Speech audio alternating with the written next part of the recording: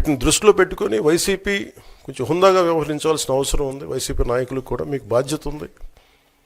Governor గారి ప్రసంగాన్ని మీరు ఆ విధంగా మీరు ప్రశాంతంగా విని దాన్ని వచ్చే జరుగుతున్న సమావేశాల్లో మీరు దాని మీద లోటుపాట్లు మీరు చెప్తే బాగుంటుంది తప్ప ఇలా కూర్చోబెట్టి అరుపులు కేకలు ఇది సమంజసంగా లేదు. అంటే అర్ధాంతరంగా ప్రతిదానికి అసెంబ్లీలోకి రాగానే గొడవ పెట్టుకోవాలి, దేన్నైనా విభేదించాలనేది ఇది ఒక చాలా ఒక లో లెవెల్ ఆలోచన విధానం, లో లెవెల్ స్ట్రాటజీ. అది ప్లీజ్ మీరు అప్గ్రేడ్ అవ్వండి, మీరు అప్లిఫ్ట్ చేసుకోండి, మీరు కూర్చోబెట్టి డెమోక్రటిక్ ప్రాసెస్ని గౌరవం ఇవ్వండి. మనస్ఫూర్తిగా వైసీపీ నాయకులకి ఇది నా విన్నపం, నా విజ్ఞాపన. This what I would like to say. And నిజంగా కావాలి అంటే మీరు ఈ 5 సంవత్సరాల్లో మీరు ప్రతిపక్ష హోదా మీకు రాదు. అది మీరు మెంటల్గా ప్రిపేర్ అయిపోండి.